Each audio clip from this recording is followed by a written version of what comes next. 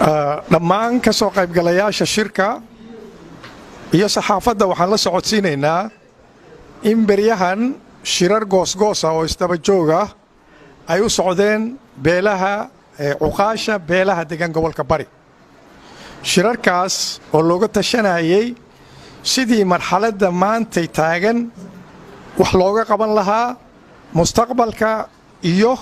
jiritaanka dalkana loo xaqiijin lahaa. shirarkii markii la soo gabagabeeyey waxay ku soo idlaadeen in la soo saaro baaq. haddana waxaan isku dayaynaa baaqi inaan akhrino. baaqani ugu horrayntii wuxuu ku socdaa madaxweynaha maamul goboleedka puntland ku socda wey. wuxuu ku socdaa isimada iyo cuqaasha beelaha puntland. waxaa la ogeysiinayaa beesha caalamka, waxaana la ogeysiinayaa dowladda federaalka ee soomaaliya. ujeeddo waa baaq ka soo baxay waxgaradka cuqaasha iyo samadoonnada iyo nabadoonnada gobolka bari. dhammaan mas-uuliyiinta qoraalkani sida tooska ah iyo sida dadban uu ugu socdo waxaan si xushmad leh iyo qadarin leh u soo gudbinaynaa aragtida iyo dhaliilaha aynu ka tirsanayno dowladda puntland iyo talooyinka aanu soo jeedinayno oo nu aragno in wax lagu sixi karo oo arrimaha maanta taagan lagu bedeli karo. go'aankan aanu qaadannay waa mid dastuuriya oo aanu xaq u leenahay, cidna marti ugama nihin. waxaannu xaq u leenahay oo dastuurka oo ah heshiis bulsho oo aannu ku heshiinay wuxuu xuquuq noo siinayaa in la wada tashado, aaraada la isdhaafsado, dowladduna ay ku shaqayso rabitaanka iyo aragtida dadweynaha. laakiin wakhtiyadan dambe waxaa soo baxay in madaxdu ay ku shaqayso ama ay u shaqayso si iyagu ay dalka iyo dadka leeyihiin. arrintaasina waa qalad. dalka waxaa iskale dadweynaha ku nool, dastuurka sidaas u qoraya. mas-uuliyiintuna waa adeegayaal dadweyne, dadkay u shaqeeyaan ee iyagu ma laha. mulkiyadda dadka iska leh, laakiin iyagu waa maamulayaal inay u adeegaan dadka u khidmeeyaan. 3 sano 4 sano markay dhammaatana waa la bedelayaa, kuwa kalea la keenayaa. marka waxaa fiican qodobka dastuuriga inuu saa u cad yahay. dalka awooddiisa waxaa iska leh dadweynaha oo ay masalaan nabadoonnada iyo isimadu. qodobada markaan gudagalo oo mid u kor istaago, ugu horrayntii waxaa ku qoran puntland waxay jirsatay 21 sano. waxaana ka muuqda halkii la rabay inay tusaale iyo muunad u noqoto qaybaha kale ee soomaaliya iyo maamul goboleedyada maadaama ay ka horraysay. waxaa muuqda dayac iyo dacdarro iyo burbur ay maanta iyadu ugu dammayso. qodobka labaad, markaan aragnay in maamulada mas-uuliyiinta dalka loo doortay ama hoggaanku aanay u dulqaadan karin wax yar oo dhaliil ah oo lagu sameeyo maamulka dalka. arrintaasina waa arrin sharciga iyo qawaaniinta dalka u degsan ka soo horjeeda. 2,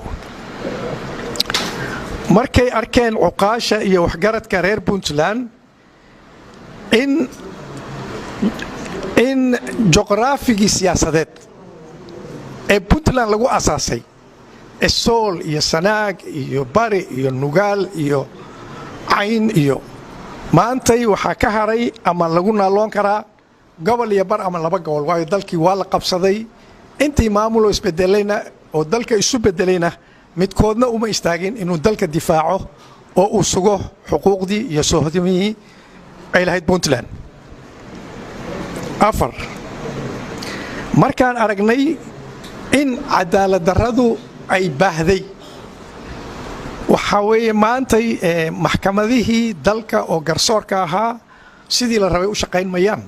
waxay u shaqeeyaan ninkii jeeb weyn baa maxkamadda ku adkaada. yacni ninkii laaluush badan ba adkaada, ninkii aan laaluush lahayn si kastuu xaq u leeyahay waa laga adkaadaa. 5,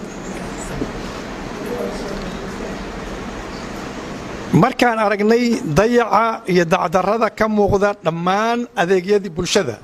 sida biyaha, caafimaadka yacni waxaa naxdin leh puntland oo 21 sano jidha markii la rabo qof in la dabiibo in ama xamar loo qaado ama hargeysa loo qaado ama hadduu ladan yahay bannaanka loo qaado yacni waxaa la haleeli waayey in laga shaqeeyo oo wax laga qabto wixii ugu muhiimsanaa oo ah in la ilaasho caafimaadka dalka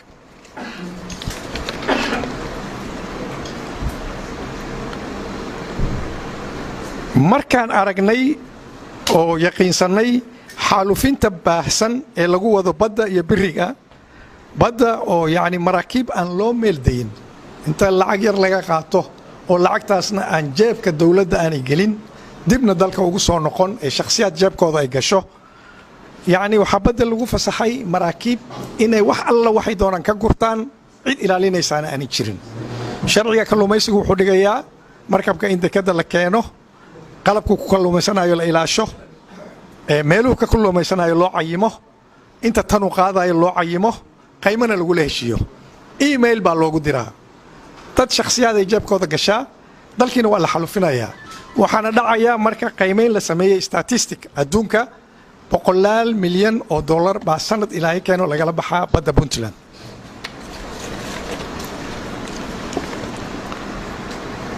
qodobka ku xiga marka dadweynihii yacni beelihii odayaashii beelaha iyo cuqaashii markay arkeen in la beddelay raadintii dowladnimo qaran oo lagu beddelay in lala dagaalamo dhismaha dowladda federaalka ah oo lagu soo koobo himiladii iyo masiirkii ummadda nin barasaab ah oo isagu raba inuu wuxuu rabo yeeriyo danihiisa iyo jeebkiisa iyo mustaqbalkiisa uu ka shaqeeyo waxaad arkaysaa guddoomiyihii maxaa la dhahaa mas-uulka ugu sarreeya ama hoggaanka dalka wuxuu heshiis la gelayaa dowladda ajnebiya dadkiina wixii uu kula soo heshiiyey ma tusaayo mana u sheegaayo arrintaasi waxay ka soo horjeedaa dastuurka iyo sharciga dalka u dhisan waxaa u dhisan in xaqu u leeyahay inuu dad la soo heshiiyo laakiin uu baarlamaanka keeno baarlamaankuna uu dadweynaha la socodsiiyo laakiin maanta xaraash aan lala socon oo cid ka warqabtaa jirin ayaa laga sameeya dalka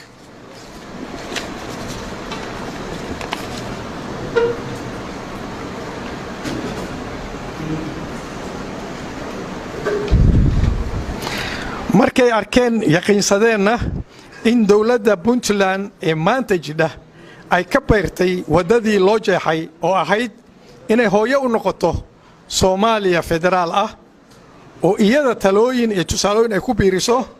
waxay dhaqan ka dhigatay inay gacan siiso taageerto xulafaysi la samayso cid walba ciddii burburinaysa dowlad qaran oo soomaaliyeed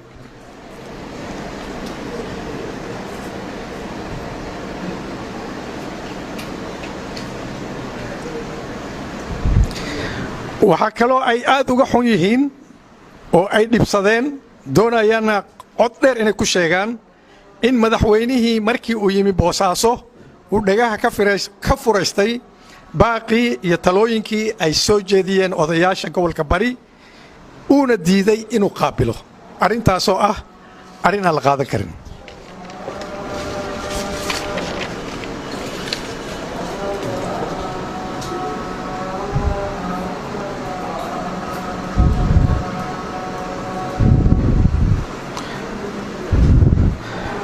odayaashu markii ay qaymeeyeen si qoto dheerna u fiiriyeen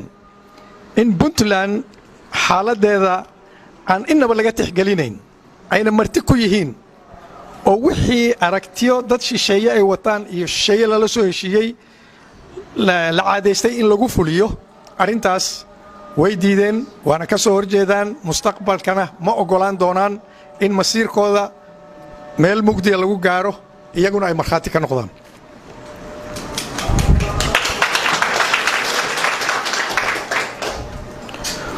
waxay aad uga xun yihiin oo ay la socodsiinayaan dhammaan hay-adahaas uu ku socdo baaqani in degmada boosaaso oo ah saldhiggii puntland oo ah hooyadii badbaadisay dadkii ka soo barakacay dagaaladii soomaaliya ee koonfurta u badnaa oo ah meeshii laga yagleelay oo dhaqaale iyo maal iyo cududba laysugu geeyey si loo helo qaran Soomaaliyeed madaxda maanta joogtaa waxay ka shaqaynaysaa sidii loo burburin lahaa loo daciifin lahaa loo wiiqi lahaa oo lagu noqon lahaa casrigii laga soo tegay oo dagaalka sokeeyay arrintaana ma qaadan karno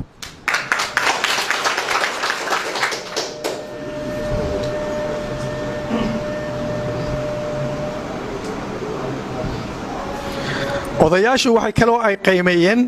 si qoto dheerna u darseen in gobollo gaar ah sida Sanaag oo kaleeto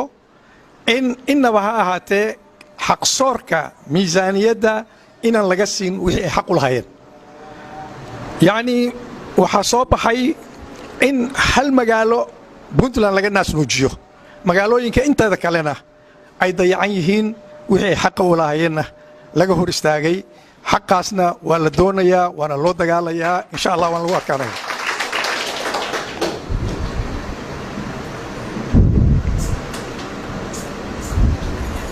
odayaashu waxay yaqiinsadeen gobolladii la rabay in hormuud laga dhigo oo tusaale iyo muunad laga dhigo dhanka horumarka dhanka waxqabadka dhanka mashaariicda maxaa dhacay qiimaha ay bixiyaan ee cashuurta way ka badan yihiin kuwa kale iyagii inay maantay ugu dameeyaan dayacan yihiin dib u dhacna uu ka jiro arrintaasna way ka gilgilanayaan waxayna doonayaan in nidaamka dib loo saxo talooyinkoodana la tixgeliyo wabillahi tawfiiq